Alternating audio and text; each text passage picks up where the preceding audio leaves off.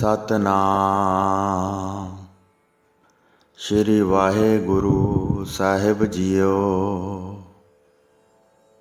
ਇੱਕ ਓੰਕਾਰ ਸਤਨਾਮ ਕਰਤਾ ਪੁਰਖ ਨਿਰਭਉ ਨਿਰਵੈਰ ਅਕਾਲ ਮੂਰਤ ਅਜੂਨੀ ਸਹਿਭੰ ਗੁਰ ਪ੍ਰਸਾਦ ਜਪ ਆਦਿ ਸੱਚ ਜੁਗਾਦ ਸੱਚ ਹੈ ਭੀ ਸੱਚ ਨਾਨਕ ਹੋਸੀ ਭੀ ਸੱਚ। ਪਰਮ ਸਨਮਾਨਯੋਗ ਗੁਰੂ ਰੂਪ ਗੁਰੂ ਖਾਲਸਾ ਸਾਧ ਸੰਗਤ ਜੀ, ਵਾਹਿਗੁਰੂ ਜੀ ਕਾ ਖਾਲਸਾ ਵਾਹਿਗੁਰੂ ਜੀ ਕੀ ਫਤਿਹ। ਪਿਆਰੀ ਸਾਧ ਸੰਗਤ ਜੀ, ਅੱਜ ਦੇ ਪ੍ਰਸੰਗ ਵਿੱਚ ਅੱਜ ਆਪਾਂ ਧੰਨ ਧੰਨ ਸ਼੍ਰੀ ਗੁਰੂ ਅੰਗਦ ਦੇਵ ਸਾਹਿਬ ਜੀ ਮਹਾਰਾਜ ਜੀ ਦੇ ਇਤਿਹਾਸ ਬਾਰੇ ਜਾਣਾਂਗੇ। ਆਓ ਬੜੇ ਪ੍ਰੇਮ ਨਾਲ ਇਹ ਪ੍ਰਸੰਗ ਸਰਵਣ ਕਰੀਏ। ਜਿਨ੍ਹਾਂ ਦੇ ਉਪਦੇਸ਼ ਸੁਣਨ ਨਾਲ ਪਰਮ ਪਦ ਪ੍ਰਾਪਤ ਕਰਨ ਵਿੱਚ ਕੋਈ ਰੁਕਾਵਟ ਨਹੀਂ ਪੈਂਦੀ ਅਤੇ ਉਹਨਾਂ ਦੇ ਉਪਦੇਸ਼ ਦੇ ਹਿਰਦੇ ਵਿੱਚ ਵਸ ਜਾਣ ਨਾਲ ਆਨੰਦ ਪ੍ਰਾਪਤ ਹੁੰਦਾ ਹੈ, ਉਹ ਬਾਬਾ ਫੇਰੂ ਜੀ ਦੇ ਸਪੁੱਤਰ ਸ਼੍ਰੀ ਗੁਰੂ ਅੰਗਦ ਦੇਵ ਜੀ ਹਰ ਤਰ੍ਹਾਂ ਨਾਲ ਸੁਤੰਤਰ ਹਨ, ਭਾਵ ਕਿਸੇ ਦੀ ਕਾਣ ਹੇਠ ਨਹੀਂ ਹਨ। ਉਹਨਾਂ ਦਾ ਮਰਤਬਾ ਬਹੁਤ ਉੱਚਾ ਹੈ। ਉਹਨਾਂ ਦੇ ਨੈਣਾਂ ਦੀ ਸੁੰਦਰਤਾ ਕਮਲ ਫੁੱਲਾਂ ਨਾਲੋਂ ਵੀ ਸ੍ਰੇਸ਼ਟ ਹੈ। ਜਿਸ ਪਾਸੇ ਵੀ ਉਹ ਵੇਖਦੇ ਹਨ, ਉਸ ਪਾਸੇ ਦੇ ਸਾਰੇ ਪਾਪ ਅਤੇ ਵਿਕਾਰ ਖਤਮ ਹੋ ਜਾਂਦੇ ਹਨ ਅਤੇ ਅਗਿਆਨਤਾ ਇੰਝ ਦੂਰ ਹੋ ਜਾਂਦੀ ਹੈ ਜਿਵੇਂ ਸੂਰਜ ਦੇ ਵੇਖਣ ਨਾਲ ਹਨੇਰਾ ਦੂਰ ਹੋ ਜਾਂਦਾ ਹੈ। ਸ਼੍ਰੀ ਗੁਰੂ ਅੰਗਦ ਦੇਵ ਜੀ ਆਨੰਦ ਦੇ ਬੱਦਲ ਅਤੇ ਮੁਕਤੀ ਦੇ ਦਾਤੇ ਹਨ। ਉਹਨਾਂ ਨੂੰ ਨਮਸਕਾਰ ਕਰਕੇ ਸਦਾ ਹੀ ਉਹਨਾਂ ਦਾ ਸਿਮਰਨ ਕਰਨਾ ਚਾਹੀਦਾ ਹੈ। ਸਤਿਗੁਰਾਂ ਦੀ ਕਥਾ ਚਿੱਤ ਨੂੰ ਟਿਕਾ ਦੇਣ ਵਾਲੀ ਹੈ, ਨਿਤ ਨਾਮ ਰੂਪੀ ਧਨ ਦੀ ਦਾਤੀ ਹੈ ਅਤੇ ਕੀਰਤਨ ਭਗਤੀ ਵੀ ਬਖਸ਼ਦੀ ਹੈ, ਜਿਸ ਨੂੰ ਸੁਣ ਕੇ ਹਉਮੈ ਦਾ ਨਾਸ਼ ਹੋ ਜਾਂਦਾ ਹੈ। ਸਤਿਗੁਰਾਂ ਦੇ ਚਰਨਾਂ ਵਿੱਚ ਸ਼ਰਧਾ ਹਿਰਦੇ ਨੂੰ ਸ਼ੁੱਧਤਾ ਦੇਣ ਵਾਲੀ ਹੈ, ਤਿੰਨ ਪਾਪਾਂ ਨੂੰ ਦੂਰ ਕਰਨ ਵਾਲੀ ਅਤੇ ਸਾਰੇ ਸੁੱਖਾਂ ਦੀ ਔਖਦ ਹੈ। ਸ਼੍ਰੀ ਗੁਰੂ ਨਾਨਕ ਦੇਵ ਜੀ ਦੀ ਗੱਦੀ ਉੱਤੇ ਸ਼੍ਰੀ ਗੁਰੂ ਅੰਗਦ ਦੇਵ ਜੀ ਬੈਠੇ ਸਨ, ਜਿਵੇਂ ਕਿਸੇ ਰਾਜੇ ਨੇ ਹੋਰ ਕੱਪੜੇ ਪਹਿਨ ਲਏ ਹੋਣ। ਤ੍ਰੇਹਨ ਕੁਲ ਵਿੱਚ ਇੱਕ ਫੇਰੂ ਨਾਮੀ ਵਿਅਕਤੀ ਸੀ। ਪਵਿੱਤਰ ਆਤਮਾ ਵਾਲੇ ਬੜੇ ਸੁਸ਼ੀਲ ਤੇ ਪਵਿੱਤਰਤਾ ਦਾ ਘਰ ਸਨ। ਪਤੀ ਬ੍ਰਤਾ ਮਾਤਾ ਦਇਆ ਕੌਰ ਉਹਨਾਂ ਦੀ ਮਾਤਾ ਜੀ ਦਾ ਨਾਮ ਸੀ, ਜਿਨ੍ਹਾਂ ਦੀ ਸ੍ਰੇਸ਼ਟ ਕਿਰਤ ਅਤੇ ਪੁੰਨਾਂ ਦਾ ਪਾਰਾਵਾਰ ਨਹੀਂ ਸੀ। ਉਹ ਹਰੀ ਕੇ ਪਤਨ ਨਾਮੀ ਪਿੰਡ ਵਿੱਚ ਵਸਦੇ ਸਨ। ਦਿਨ ਰਾਤ ਹਰੀ ਦੇ ਨਾਮ ਦਾ ਸਿਮਰਨ ਕਰਦੇ ਸਨ। ਸ਼੍ਰੀ ਗੁਰੂ ਅੰਗਦ ਦੇਵ ਜੀ ਨੇ ਉਹਨਾਂ ਦੇ ਘਰ ਵਿੱਚ ਅਵਤਾਰ ਧਾਰਿਆ, ਫਿਰ ਕਿਸੇ ਹੋਰ ਥਾਂ ਜਾ ਕੇ ਵਸ ਗਏ ਸਨ। ਸੰਮਤ 1567 ਬਿਕਰਮੀ ਵਿੱਚ ਬਾਬਾ ਫੇਰੂ ਸ਼ਾਹ ਜੀ ਦੇ ਘਰ ਇੱਕ ਗੁਰੂ ਸਮਾਨ ਸਪੁੱਤਰ ਨੇ ਅਵਤਾਰ ਧਾਰਿਆ। ਵੱਡੇ ਹੋ ਕੇ ਬਾਬਾ ਫੇਰੂ ਸ਼ਾਹ ਦੇ ਸਪੁੱਤਰ ਭਾਈ ਲਹਿਣਾ ਜੀ ਸ਼੍ਰੀ ਗੁਰੂ ਨਾਨਕ ਦੇਵ ਜੀ ਦੀ ਸ਼ਰਨ ਵਿੱਚ ਚਲੇ ਗਏ। ਬੜੇ ਪ੍ਰੇਮ ਅਤੇ ਚਾਅ ਨਾਲ ਗੁਰੂ ਜੀ ਦੀ ਸੇਵਾ ਕੀਤੀ। ਜਿਵੇਂ ਸ਼੍ਰੀ ਗੁਰੂ ਨਾਨਕ ਦੇਵ ਜੀ ਦਾ ਫਰਮਾਨ ਹੈ, ਜੇ ਤੈਨੂੰ ਪਿਆਰ ਦੀ ਖੇਡ ਖੇਡਣ ਦੀ ਰੀਝ ਹੈ ਤਾਂ ਆਪਣੇ ਹੱਥ ਦੀ ਹਥੇਲੀ ਉੱਤੇ ਆਪਣਾ ਸੀਸ ਰੱਖ ਕੇ ਤੂੰ ਮੇਰੀ ਗਲੀ ਵਿੱਚ ਆ ਜਾਓ। ਇਸ ਫਰਮਾਨ ਨੂੰ ਸ਼੍ਰੀ ਗੁਰੂ ਅੰਗਦ ਦੇਵ ਜੀ ਨੇ ਸਫਲ ਕੀਤਾ ਹੈ। ਜੋ ਤੋ ਪ੍ਰੇਮ ਖੇਡਣ ਕਾ ਚਾਓ, ਸਿਰ ਧਰ ਤਲੀ ਗਲੀ ਮੇਰੀ ਆਓ। ਇਸ ਫਰਮਾਨ ਨੂੰ ਸ਼੍ਰੀ ਗੁਰੂ ਅੰਗਦ ਦੇਵ ਜੀ ਨੇ ਸਫਲ ਕੀਤਾ। ਉਹਨਾਂ ਨੇ ਗੁਰੂ ਜੀ ਨੂੰ ਅਤਿ ਪ੍ਰਸੰਨ ਕਰ ਲਿਆ। ਜਿਸ ਗੁਰੂ ਅੰਗਦ ਦੇਵ ਜੀ ਨੇ ਆਪਣੀ ਕਰਾਮਾਤ ਕਿਸੇ ਨੂੰ ਵੀ ਨਾ ਵਿਖਾਈ, ਨਾ ਜਰੇ ਜਾਣ ਨੂੰ ਵੀ ਜਰਨ ਵਾਲੇ ਸਨ ਅਤੇ ਧਰਤੀ ਸਮਾਨ ਧੀਰਜਵਾਨ ਸਨ। ਉਹਨਾਂ ਦੇ ਗੁਣਾਂ ਦਾ ਕੌਣ ਵਰਣਨ ਕਰ ਸਕਦਾ ਹੈ। ਸਰਸਵਤੀ ਅਤੇ ਸ਼ੇਸ਼ਨਾਗ ਵੇਖ ਕੇ ਚੁੱਪ ਰਹਿ ਜਾਂਦੇ ਸਨ। ਸਤਵੰਤੀ ਬੀਬੀ ਖੀਵੀ ਜੀ ਸ਼੍ਰੀ ਗੁਰੂ ਅੰਗਦ ਦੇਵ ਜੀ ਦੇ ਮਹਿਲ ਸਨ। ਉਹਨਾਂ ਤੋਂ ਦੋ ਸਪੁੱਤਰਾਂ ਨੇ ਜਨਮ ਲਿਆ। ਇੱਕ ਦਾ ਨਾਮ ਦਾਸੂ ਅਤੇ ਦੂਸਰੇ ਦਾ ਨਾਮ ਦਾਤੂ ਸੀ। ਉਹਨਾਂ ਦੇ ਹਿਰਦਿਆਂ ਵਿੱਚ ਦ੍ਰਿੜ ਗਿਆਨ ਸੀ। ਸ਼੍ਰੀ ਗੁਰੂ ਅੰਗਦ ਦੇਵ ਜੀ 12 ਸਾਲ 6 ਮਹੀਨੇ ਅਤੇ 9 ਦਿਨ ਗੁਰਗੱਦੀ 'ਤੇ ਬਿਰਾਜਮਾਨ ਰਹੇ। ਪੂਰਨ ਸਤਿਗੁਰੂ ਸ੍ਰੀ ਗੁਰੂ ਨਾਨਕ ਦੇਵ ਜੀ ਤੋਂ ਜਦ ਸ੍ਰੀ ਗੁਰੂ ਅੰਗਦ ਦੇਵ ਜੀ ਨੇ ਗੁਰਗੱਦੀ ਪ੍ਰਾਪਤ ਕੀਤੀ, ਗੁਰੂ ਮੂਰਤ ਦੇ ਧਿਆਨ ਨੂੰ ਹਿਰਦੇ ਵਿੱਚ ਠਹਿਰਾ ਲਿਆ। ਸ੍ਰੀ ਗੁਰੂ ਨਾਨਕ ਦੇਵ ਜੀ ਨੇ ਜਦੋਂ ਕਰਤਾਰਪੁਰ ਤੋਂ ਵਿਦਾਇਗੀ ਦਿੱਤੀ, ਬਹੁਤ ਬੇਬਸ ਹੋ ਕੇ ਵਿਛੜੇ ਅਤੇ ਗੁਰੂ ਜੀ ਨੂੰ ਡੰਡੌਤ ਬੰਦਨਾ ਕਰਕੇ ਉਹਨਾਂ ਦੇ ਚਰਨਾਂ ਦੀ ਧੂੜ ਆਪਣੇ ਮੁਖ ਨੂੰ ਲਾਈ। ਨੇਤਰਾਂ ਵਿੱਚੋਂ ਬਹੁਤ ਪਾਣੀ ਵਗ ਰਿਹਾ ਸੀ ਅਤੇ ਬੜੇ ਉਮਾਹ ਵਿੱਚ ਗੁਰਪ੍ਰੇਮ ਬਾਰੇ ਹੀ ਸੋਚਦੇ ਸਨ। ਮਾਨੋ ਜੀਵ ਸਰੀਰ ਨਾਲੋਂ ਵਿਛੜ ਕੇ ਦੁਖੀ ਹੋਇਆ ਹੋਵੇ। ਹਿਰਦੇ ਵਿੱਚ ਇਸ ਤਰ੍ਹਾਂ ਭਾਰੀ ਵਿਆਕੁਲ ਹੋ ਗਏ, ਬੋਲਣਾ ਨਹੀਂ ਸੀ ਬਣਦਾ। ਇਸ ਲਈ ਗੁਰੂ ਜੀ ਦੇ ਅੱਗੇ ਚੁੱਪ ਰਹਿ ਕੇ ਸੰਕਟ ਨੂੰ ਸਹਾਰਿਆ। ਆਗਿਆ ਮੰਨਣ ਦਾ ਧਰਮ ਧਾਰਨ ਕੀਤਾ ਸੀ। ਨਾ ਛੱਡ ਸਕਦੇ ਸਨ ਅਤੇ ਨਾ ਹੀ ਬੋਲ ਸਕਦੇ ਸਨ। ਵਿਦਾ ਹੋ ਕੇ ਤੁਰੰਤ ਚੱਲ ਪਏ। ਆਪਣੇ ਪਿੰਡ ਖਡੂਰ ਦੇ ਰਾਹੇ ਪੈ ਗਏ। ਚਿਤਵਿਆ ਹੋਇਆ ਕਿਰਪਾਲੂ ਗੁਰੂ ਜੀ ਦਾ ਰੂਪ ਤੇ ਸੁਭਾਅ ਚਿੱਤ ਵਿੱਚ ਆਇਆ। ਗਰੀਬਾਂ ਉੱਤੇ ਦਇਆ ਕਰਦੇ ਹਨ, ਘਾਲ ਕਮਾਈ ਨੂੰ ਪਛਾਣਦੇ ਹਨ, ਸੇਵਕ ਦੇ ਵੱਸ ਹੋ ਕੇ ਬਹੁਤ ਪ੍ਰੇਮ ਕਰਦੇ ਹਨ, ਸੱਚਖੰਡ ਨੂੰ ਜਾਣਾ ਚਾਹੁੰਦੇ ਹਨ। ਮੈਨੂੰ ਵਡਿਆਈ ਦੇ ਕੇ ਨਿਰਾਲਾ ਅਤੇ ਅਨੋਖਾ ਕਾਰਜ ਕੀਤਾ ਹੈ। ਮੇਰਾ ਵਿਛੋੜੇ ਦਾ ਦੁੱਖ ਬਹੁਤ ਵਧਿਆ ਹੈ। ਕੁਝ ਵੀ ਵੱਸ ਨਹੀਂ ਚੱਲਦਾ। ਗੁਰੂ ਜੀ ਦੇ ਬਚਨਾਂ ਨਾਲ ਬੱਧਾ ਹੋਇਆ ਹਾਂ। ਇਸ ਤਰ੍ਹਾਂ ਸ੍ਰੀ ਗੁਰੂ ਅੰਗਦ ਦੇਵ ਜੀ ਖਡੂਰ ਪਿੰਡ ਵਿੱਚ ਦਾਖਲ ਹੋ ਕੇ ਆਪਣੇ ਘਰ ਚਲੇ ਗਏ। ਮੌਨ ਧਾਰਨ ਕਰ ਲਿਆ। ਕਿਸੇ ਨੂੰ ਮਿਲਦੇ ਵੀ ਨਹੀਂ ਸਨ। ਮਾਈ ਭੀਰਾਈ ਦੇ ਘਰ ਦੇ ਅੰਦਰ ਚਲੇ ਗਏ। ਮਾਈ ਭੀਰਾਈ ਨੇ ਵੇਖ ਕੇ ਸ੍ਰੀ ਗੁਰੂ ਨਾਨਕ ਦੇਵ ਜੀ ਬਾਰੇ ਪੁੱਛਿਆ, ਸੁੱਖਾਂ ਦੇ ਦਾਤੇ ਨੂੰ ਕਿੱਥੇ ਛੱਡ ਕੇ ਆਏ ਹੋ? ਤੁਸੀਂ ਕੋਠੜੀ ਵਿੱਚ ਆ ਕੇ ਕਿਉਂ ਬੈਠ ਗਏ ਹੋ? ਮਨ ਢੱਠਾ ਹੋਇਆ ਹੈ ਅਤੇ ਮੁਖੜੇ 'ਤੇ ਮੁਸਕਰਾਹਟ ਨਹੀਂ ਹੈ। ਗੁਰੂ ਜੀ ਚੁੱਪ ਰਹੇ ਅਤੇ ਮੁਖ ਤੋਂ ਕੁਝ ਨਾ ਬੋਲੇ ਅਤੇ ਮੂੰਹ ਤੋਂ ਇੱਕ ਬਹੁਤ ਲੰਮਾ ਸਾਹ ਲਿਆ। ਅੱਖਾਂ ਵਿੱਚ ਹੰਝੂ ਵਹਿ ਤੁਰੇ। ਸੋਚਦੇ ਹਨ ਅਤੇ ਚਾਹੁੰਦੇ ਹਨ ਕਿ ਗੁਰੂ ਜੀ ਦਾ ਮੇਲ ਹੋ ਜਾਏ। ਇਹ ਹਾਲਤ ਵੇਖ ਕੇ ਮਾਈ ਭੀਰਾਈ ਸ੍ਰੀ ਗੁਰੂ ਅੰਗਦ ਦੇਵ ਜੀ ਦੇ ਹਿਰਦੇ ਦੀ ਸਾਰੀ ਗੱਲ ਜਾਣ ਗਈ। ਉਹ ਸਮਝ ਗਈ ਕਿ ਸ੍ਰੀ ਗੁਰੂ ਨਾਨਕ ਦੇਵ ਜੀ ਹੁਣ ਇਸ ਦੁਨੀਆ ਵਿੱਚ ਨਹੀਂ ਰਹੇ ਹਨ। ਉਹ ਆਪਣੇ ਘਰ ਸੱਚਖੰਡ ਵਿੱਚ ਚਲੇ ਗਏ ਹਨ। ਇਹਨਾਂ ਨੇ ਵਿਛੋੜਾ ਹੋ ਜਾਣ ਕਰਕੇ ਦਿਲ ਵਿੱਚ ਦੁੱਖ ਧਾਰਨ ਕੀਤਾ ਹੈ। ਜਦ ਮਾਈ ਭੀਰਾਈ ਨੇ ਸ੍ਰੀ ਗੁਰੂ ਅੰਗਦ ਦੇਵ ਜੀ ਤੋਂ ਫੇਰ ਪੁੱਛਿਆ ਤਾਂ ਗੁਰੂ ਜੀ ਨੇ ਕਿਹਾ, ਮੈਨੂੰ ਕੁਝ ਵੀ ਚੰਗਾ ਨਹੀਂ ਲੱਗਦਾ। ਵੇਖਦਿਆਂ ਸੁਣਦਿਆਂ ਚਿੱਤ ਨੂੰ ਦੁੱਖ ਹੁੰਦਾ ਹੈ। ਅੰਦਰ ਜਾ ਕੇ ਮੈਂ ਇਕਾਂਤ ਵਿੱਚ ਨਿਰੰਤਰ ਬੈਠਣਾ ਚਾਹੁੰਦਾ ਹਾਂ। ਇਹ ਮੇਰਾ ਜੀ ਕਰਦਾ ਹੈ। ਜਿਵੇਂ ਫੋੜਾ ਪੱਕਣ ਨਾਲ ਦੁੱਖ ਦਿੰਦਾ ਹੈ ਅਤੇ ਜੇ ਉਸ ਫੋੜੇ ਨੂੰ ਸੱਟ ਲੱਗ ਜਾਵੇ ਤਾਂ ਦੁੱਖ ਹੋਰ ਵੱਧ ਜਾਂਦਾ ਹੈ, ਇੰਝ ਹੀ ਮੇਰੇ ਵੇਖਣ, ਬੋਲਣ ਅਤੇ ਕੰਨ ਨਾਲ ਸੁਣਨ ਨਾਲ ਚਿੱਤ ਹੋਰ ਵਿਆਕੁਲ ਹੋ ਜਾਂਦਾ ਹੈ। ਕੋਠੜੀ ਦਾ ਦਰਵਾਜ਼ਾ ਬੰਦ ਕਰ ਦਿਓ। ਕਿਸੇ ਨੂੰ ਵੀ ਮੇਰੇ ਬਾਰੇ ਨਾ ਦੱਸੋ ਤਾਂ ਕਿ ਪਤਾ ਨਾ ਲੱਗ ਜਾਏ। ਮੇਰੇ 'ਤੇ ਇਹ ਉਪਕਾਰ ਕਰੋ। ਮੈਂ ਕੋਠੜੀ ਦੇ ਅੰਦਰ ਬੈਠਾ ਰਹਾਂਗਾ ਤਾਂ ਕਿ ਕਿਸੇ ਨੂੰ ਨਜ਼ਰ ਨਾ ਆਵਾਂ। ਮਾਈ ਭੀਰਾਈ ਨੇ ਫੇਰ ਪੁੱਛਿਆ, ਇਕਾਂਤ ਵਿੱਚ ਇੱਥੇ ਬੈਠੇ ਰਹੋ, ਦਰਵਾਜ਼ਾ ਕਿਉਂ ਬੰਦ ਕਰਵਾਉਂਦੇ ਹੋ?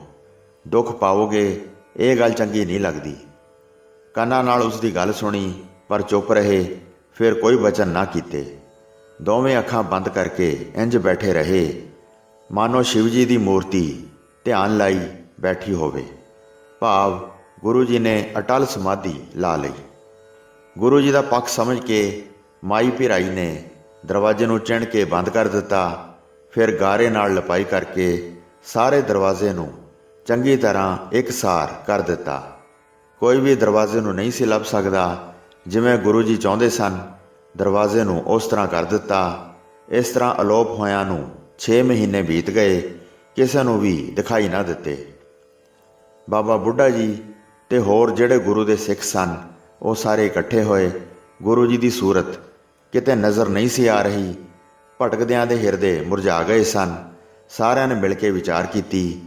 ਗੁਰੂ ਨਾਨਕ ਦੇਵ ਜੀ ਨੇ ਆਪ ਬਹੁਤ ਵਾਰ ਦੱਸਿਆ ਹੈ, ਮੇਰਾ ਸਰੂਪ ਸ੍ਰੀ ਗੁਰੂ ਅੰਗਦ ਦੇਵ ਜੀ ਦੇ ਤਨ ਅੰਦਰ ਵੇਖੋ, ਕੋਈ ਭੇਦ ਨਹੀਂ, ਇੱਕ ਮਿਕ ਹੋ ਗਏ ਹਨ।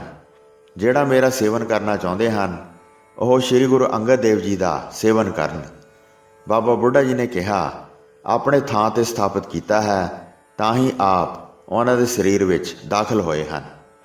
ਉਹਨਾਂ ਨੂੰ ਲੱਭੋ, ਕਿਸ ਸਥਾਨ 'ਤੇ ਰਹਿ ਰਹੇ ਹਨ। ਇਹ ਸੁਣ ਕੇ ਸਿੱਖ ਕਈਆਂ ਪਿੰਡਾਂ ਵਿੱਚ ਲੱਭਦੇ ਰਹੇ। ਵੇਖਣ ਦੀ ਬਹੁਤ ਚਾਹਤ ਵਧੀ। ਬਾਬਾ ਬੁੱਢਾ ਜੀ ਦੇ ਆਨੰਦ ਨਾਲ ਪ੍ਰੇਰੇ ਹੋਏ ਸਾਰੇ ਲੱਭ ਰਹੇ ਸਨ। ਸਾਰਿਆਂ ਨੇ ਮਿਲ ਕੇ ਵਿਚਾਰ ਕੀਤੀ ਕਿ ਉਹ ਖਡੂਰ ਪਿੰਡ ਵਿੱਚ ਮਾਈ ਭਿਰਾਈ ਦੇ ਪਾਸ ਹੋਣਗੇ, ਹੋਰ ਕਿਸੇ ਸਥਾਨ 'ਤੇ ਨਹੀਂ ਹੋ ਸਕਦੇ। ਬਾਬਾ ਬੁੱਢਾ ਜੀ ਤੇ ਹੋਰ ਸਾਰੇ ਸਿੱਖ ਇਕੱਠੇ ਹੋ ਕੇ ਖਡੂਰ ਪਹੁੰਚ ਗਏ। ਮਾਈ ਭਿਰਾਈ ਦੇ ਕੋਲ ਜਾ ਕੇ ਉਸ ਨੂੰ ਮਿਲੇ ਅਤੇ ਹੱਥ ਜੋੜ ਕੇ ਚਰਨਾਂ 'ਤੇ ਨਮਸਕਾਰ ਕੀਤੀ। ਮਾਈ ਜੀ ਨੂੰ ਪੁੱਛਿਆ, ਗੁਰੂ ਅੰਗਦ ਦੇਵ ਜੀ ਕਿੱਥੇ ਹਨ? ਉਹਨਾਂ ਦੇ ਦਰਸ਼ਨ ਕਰਨ ਦੀ ਸਾਡੀ ਚਾਹ ਹੈ। ਸਾਰਿਆਂ ਦਾ ਇੱਥੇ ਆਉਣਾ ਸਫਲ ਹੋਵੇ ਅਤੇ ਉਹਨਾਂ ਦੇ ਪਵਿੱਤਰ ਚਰਨਾਂ ਨੂੰ ਵੇਖ ਲਈਏ। ਮਾਈ ਭਿਰਾਈ ਨੇ ਸਾਰਿਆਂ ਦੇ ਬਚਨ ਕੰਨਾਂ ਨਾਲ ਸੁਣੇ, ਪਰ ਉਹਨਾਂ ਨਾਲ ਕੋਈ ਵੀ ਬਚਨ ਨਾ ਕੀਤਾ। ਮੁਖ 'ਤੇ ਮੌਨ ਧਾਰਨ ਕਰਕੇ ਬੈਠੇ ਰਹੇ।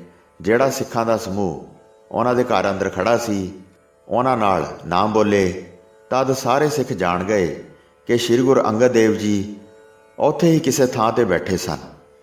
ਫਿਰ ਹੱਥ ਜੋੜ ਕੇ ਬੇਨਤੀ ਕੀਤੀ, ਹੇ ਮਾਈ ਜੀ, ਗੁਰੂ ਜੀ ਬਾਰੇ ਦੱਸ ਦਿਓ। ਗੁਰੂ ਜੀ ਦਾ ਡਰ ਕਰਕੇ ਉਸਨੇ ਕੋਈ ਬਚਨ ਨਾ ਕਹੇ।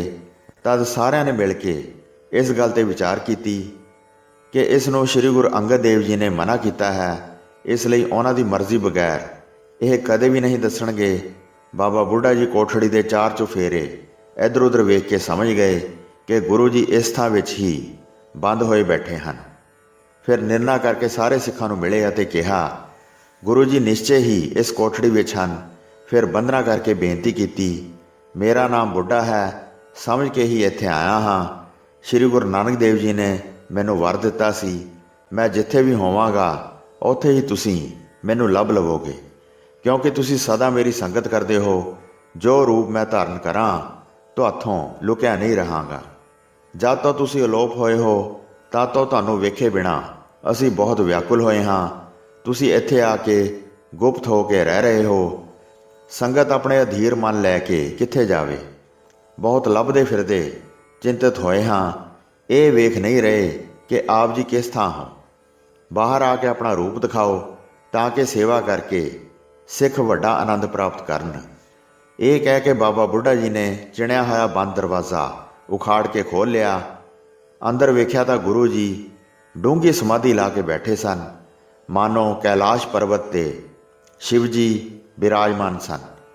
ਬਿਰਤੀ ਸ਼ਾਂਤਮਈ ਸੀ, ਸਾਰੀਆਂ ਇੰਦਰੀਆਂ ਚੰਚਲਤਾ ਤੋਂ ਰਹਿਤ ਸਨ ਅਤੇ ਇੱਕ ਰੂਪ ਲਿਵਲੀਨ ਸਨ। ਵੇਖ ਕੇ ਸਾਰੇ ਹੱਥ ਜੋੜ ਕੇ ਖਲੋ ਗਏ, ਬੰਦਨਾ ਕਰਕੇ ਬਹੁਤ ਪ੍ਰਸੰਨ ਹੋਏ। ਫਿਰ ਵੀ ਅਗਾਧ ਸਮਾਧੀ ਨਾ ਖੁੱਲੀ। ਫਿਰ ਮਾਈ ਭਿਰਾਈ ਨੂੰ ਕਹਿਣ ਲੱਗੇ, ਆਪ ਕਹੋ ਜਿਸ ਤਰ੍ਹਾਂ ਬਾਹਰ ਆਉਣ। ਦੀਨ ਦਿਆਲ ਦੀ ਬਾਣ ਇਸ ਤਰ੍ਹਾਂ ਹੈ। ਹੱਥ ਜੋੜ ਕੇ ਸਾਰਿਆਂ ਨੇ ਬੇਨਤੀ ਕੀਤੀ, ਕਿਰਪਾ ਕਰੋ, ਸਾਰੀ ਸਿੱਖ ਸੰਗਤ ਦਰਸ਼ਨ ਕਰਨਾ ਚਾਹੁੰਦੀ ਹੈ। ਬ੍ਰਹਮਾ ਵਾਂਗ ਸਿੰਘਾਸਨ 'ਤੇ ਬੈਠੇ ਹੋ, ਦਰਸ਼ਨ ਦਿਓ ਤਾਂ ਕਿ ਸਾਰੇ ਪਾਪਾਂ ਦਾ ਨਾਸ਼ ਹੋਵੇ। ਸੇਵਕਾਂ ਦਾ ਉਧਾਰ ਕਰਨ ਵਾਸਤੇ ਸ੍ਰੀ ਗੁਰੂ ਨਾਨਕ ਦੇਵ ਜੀ ਨੇ ਆਪ ਨੂੰ ਗੁਰਗੱਦੀ ਬਖਸ਼ੀ ਹੈ। ਹੁਣ ਸਿੱਖਾਂ ਦੇ ਹਿੱਤ ਵਾਸਤੇ ਪਰਮਾਰਥ ਦਾ ਕਾਰਜ ਕਿਉਂ ਨਹੀਂ ਕਰਦੇ ਹੋ? ਆਪਣੇ ਸੇਵਕਾਂ ਨੂੰ ਉਪਦੇਸ਼ ਦਿਓ ਅਤੇ ਨਾਮ ਜਪਾਓ। ਜੋ ਪ੍ਰਭੂ ਨੂੰ ਭੁੱਲੇ ਹੋਏ ਹਨ, ਆਪ ਦੇ ਸਾਹਮਣੇ ਸਮੂਹ ਸਿੱਖ ਸੰਗਤ ਪੰਗਤ ਵਿੱਚ ਖੜੀ ਹੋ ਕੇ ਆਨੰਦ ਮੰਗਲ ਕਰੇ। ਆਪਣੇ ਸੇਵਕਾਂ ਦੀ ਬੇਨਤੀ ਸੁਣ ਕੇ ਗਿਣਤੀ ਛੱਡ ਕੇ ਬਾਹਰ ਆ ਗਏ। ਭਾਵੇਂ ਰੰਗ ਪੀਲਾ ਹੋ ਗਿਆ ਸੀ ਅਤੇ ਅੰਗ ਕਮਜ਼ੋਰ ਹੋ ਗਏ ਸਨ, ਤਦ ਵੀ ਸਿੱਖਾਂ ਨੂੰ ਜਦ ਦਰਸ਼ਨ ਹੋਏ ਤਾਂ ਬੜਾ ਚਾਅ ਚੜ੍ਹ ਗਿਆ। ਸ੍ਰੀ ਗੁਰੂ ਅੰਗਦ ਦੇਵ ਜੀ ਨੇ ਉਹਨਾਂ ਸੇਵਕਾਂ ਨੂੰ ਵੇਖਿਆ ਜਿਹੜੇ ਸ੍ਰੀ ਗੁਰੂ ਨਾਨਕ ਦੇਵ ਜੀ ਦੇ ਪਾਸ ਇਕੱਠੇ ਰਹਿੰਦੇ ਸਨ। ਫਿਰ ਪ੍ਰੇਮ ਦਾ ਪ੍ਰਵਾਹ ਬਹੁਤ ਵਧਿਆ। ਤਦ ਇੱਕ ਸ਼ਲੋਕ ਬਣਾ ਕੇ ਉਚਾਰਿਆ, ਸ਼੍ਰੀ ਮੁਖ ਵਾਕ ਮਹੱਲਾ ਦੂਜਾ, ਜਿਸ ਪਿਆਰੇ ਸਿਉ ਨੇਹੋ ਤਿਸ ਆਗੈ ਮਰ ਚਲੀਐ, ਤ੍ਰਿਗ ਜੀਵਨ ਸੰਸਾਰ ਤਾਂ ਕਹਿ ਪਾਛੈ ਜੀਵਨਾ। ਜਿਸ ਪਿਆਰੇ ਨਾਲ ਪਿਆਰ ਹੈ ਉਸ ਦੇ ਸਾਹਮਣੇ ਹੀ ਮਰ ਜਾਈਏ, ਉਸ ਦੇ ਪਿੱਛੋਂ ਜਗਤ ਵਿੱਚ ਜਿਉਣਾ, ਲਾਹਨਤ ਦੀ ਜ਼ਿੰਦਗੀ ਬਸਰ ਕਰਨਾ ਹੈ। ਆਪਣੇ ਮੁਖਾਰਬਿੰਦ ਤੋਂ ਇਹ ਸ਼ਲੋਕ ਕਹਿ ਕੇ ਫਿਰ ਪ੍ਰਭੂ ਗੁਰੂ ਅੰਗਦ ਦੇਵ ਜੀ ਸਭ ਸਿੱਖਾਂ ਦੇ ਵਿੱਚ ਬੈਠ ਗਏ। ਜਿੰਨੀ ਵੀ ਸਮੂਹ ਸਿੱਖ ਸੰਗਤ ਆਈ ਸੀ, ਉਹਨਾਂ ਨੂੰ ਖੁੱਲ੍ਹੇ ਦਰਸ਼ਨ ਦੀਦਾਰ ਦੇ ਕੇ ਪ੍ਰਸੰਨ ਕੀਤਾ। ਉਹਨਾਂ ਨੂੰ ਫਿਰ ਧੀਰਜ ਦਿੱਤਾ, ਸਤਨਾਮ ਦਾ ਭਜਨ ਕਰੋ। ਉਸ ਘਰ ਹੀ ਰਹਿ ਕੇ ਭੋਜਨ ਛਕਿਆ। ਸੇਵਕ ਚਰਨ ਕਮਲਾਂ ਦੀ ਸੇਵਾ ਕਰਨ ਲੱਗੇ। ਗੁਰਦੇਵ ਹੰਕਾਰ ਰਹਿਤ ਹੋਏ ਸਨ। ਜਿਹੜੇ ਵੀ ਸ੍ਰੀ ਗੁਰੂ ਨਾਨਕ ਦੇਵ ਜੀ ਦੇ ਸਿੱਖ ਸੇਵਕ ਸਨ, ਸ੍ਰੀ ਗੁਰੂ ਅੰਗਦ ਦੇਵ ਜੀ ਬਾਰੇ ਸੁਣ ਕੇ ਆ ਰਹੇ ਸਨ। ਉਹ ਕਹਿੰਦੇ ਸਨ, ਜਿਸ ਗੁਰੂ ਅੰਗਦ ਦੇਵ ਜੀ ਨੇ ਗੁਰਿਆਈ ਦੀ ਗੱਦੀ ਲਈ ਹੈ, ਉਹ ਪ੍ਰਗਟ ਹੋਏ ਹਨ। ਦੇਖਦੇ ਹਨ ਕਿ ਉਹ ਮਹਾਨ ਜੋਤ ਸ੍ਰੀ ਗੁਰੂ ਨਾਨਕ ਦੇਵ ਜੀ ਦੀ ਸ੍ਰੀ ਗੁਰੂ ਅੰਗਦ ਦੇਵ ਜੀ ਦੇ ਮੁਖੜੇ ਤੇ ਜਗਦੀ ਹੈ। ਜਿਵੇਂ ਨੱਠ ਸਵਾਂਗ ਬਣਾਉਂਦੇ ਹਨ ਅਤੇ ਅਨੇਕਾਂ ਭੇਸ ਧਾਰਨ ਕਰਕੇ ਲੋਕਾਂ ਨੂੰ ਮੋਹਦੇ ਹਨ।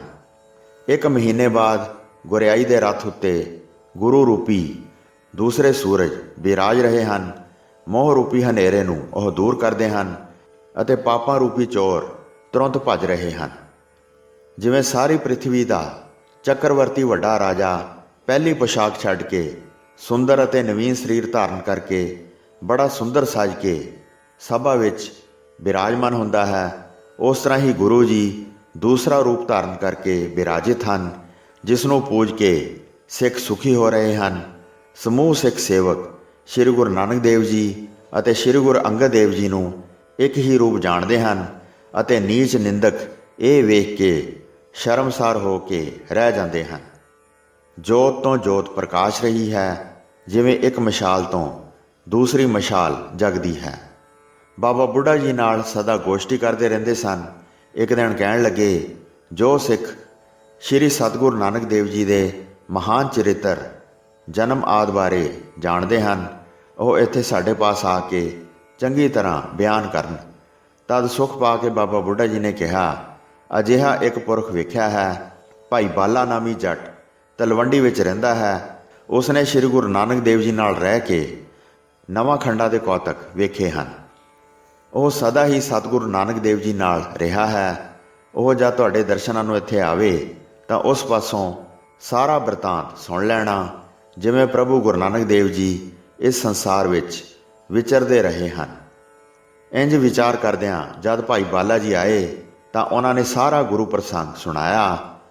ਸ਼੍ਰੀ ਬਾਬਾ ਨਾਨਕ ਜੀ ਨੇ ਜਿਵੇਂ ਪ੍ਰਸੰਗ ਕੀਤੇ, ਸਭ ਉਸ ਤਰ੍ਹਾਂ ਹੀ ਭਾਈ ਬਾਲਾ ਜੀ ਨੇ ਸ੍ਰੀ ਗੁਰੂ ਅੰਗਦ ਦੇਵ ਜੀ ਨੂੰ ਸੁਣਾ ਦਿੱਤੇ। ਦਿਨ ਰਾਤ ਉਹਨਾਂ ਨਾਲ ਪ੍ਰੇਮ ਲੱਗ ਗਿਆ। ਸਵੇਰੇ ਸ਼ਾਮ ਸਤਿਗੁਰੂ ਜੀ ਦਾ ਸਿਮਰਨ ਕਰਦੇ ਸਨ। ਸ੍ਰੀ ਗੁਰੂ ਅੰਗਦ ਦੇਵ ਜੀ ਨੇ ਸ੍ਰੀ ਗੁਰੂ ਨਾਨਕ ਦੇਵ ਜੀ ਦੀ ਸਾਰੀ ਜਨਮ ਸਾਖੀ ਸੁਣੀ। ਕੁਝ ਬੈਰਾਗ ਹੋਇਆ ਤਾਂ ਧੀਰਜ ਧਾਰਨ ਕੀਤਾ। ਜਿਨ੍ਹਾਂ ਸਿੱਖਾਂ ਦੇ ਵੱਡੇ ਭਾਗ ਹਨ, ਉਹ ਰਸੀਲੀ ਬਾਣੀ ਸੇਵਦੇ ਅਤੇ ਸੁਣਦੇ ਹਨ। ਇਸ ਤਰ੍ਹਾਂ ਸ੍ਰੀ ਗੁਰੂ ਅੰਗਦ ਦੇਵ ਜੀ ਬਹੁਤ ਘੱਟ ਬੋਲਦੇ ਸਨ ਅਤੇ ਨਾ ਹੀ ਕਿਸੇ ਨਾਲ ਲਗਾਓ ਰੱਖਦੇ ਸਨ। ਸਦਾ ਹੀ ਬਾਲਕਾਂ ਵਾਲੀ ਦਸ਼ਾ ਵਿੱਚ ਰਹਿੰਦੇ ਸਨ। ਖੁਸ਼ੀ ਗਮੀ ਜਿਨ੍ਹਾਂ ਦੇ ਪਾਸ ਲੇਸ਼ ਮਾਤਰ ਵੀ ਨਹੀਂ ਸੀ। ਪਿਆਰੀ ਸਾਧ ਸੰਗਤ ਜੀ, ਜੇ ਕੋਈ ਸ਼ਰਧਾਲੂ ਸ੍ਰੀ ਗੁਰੂ ਨਾਨਕ ਦੇਵ ਜੀ ਦੀ ਜਨਮ ਸਾਖੀ ਦੀ ਪੂਰੀ ਕਥਾ ਸੁਣਨੀ ਚਾਹੁੰਦਾ ਹੈ ਤਾਂ ਉਹ ਕਿਰਪਾ ਕਰਕੇ YouTube ਤੇ ਅਨਮੋਲ ਕਥਾ ਚੈਨਲ ਨੂੰ ਸਬਸਕ੍ਰਾਈਬ ਕਰ ਲਵੇ, ਤਾਂ ਕਿ ਉਹ ਗੁਰੂ ਨਾਨਕ ਪ੍ਰਕਾਸ਼ ਗ੍ਰੰਥ ਦੀ ਪੂਰੀ ਕਥਾ ਦਾ ਆਨੰਦ ਮਾਣ ਸਕੇ। ਪ੍ਰਸੰਗ ਸੁਣਾਉਂਦੇ ਹੋਈਆਂ ਅਨੇਕ ਭੁੱਲਾਂ ਚੁੱਕਾਂ ਦੀ ਖਿਮਾ ਬਖਸ਼ਣੀ ਜੀ। ਵਾਹਿਗੁਰੂ ਜੀ ਕਾ ਖਾਲਸਾ, ਵਾਹਿਗੁਰੂ ਜੀ ਕੀ ਫਤਿਹ।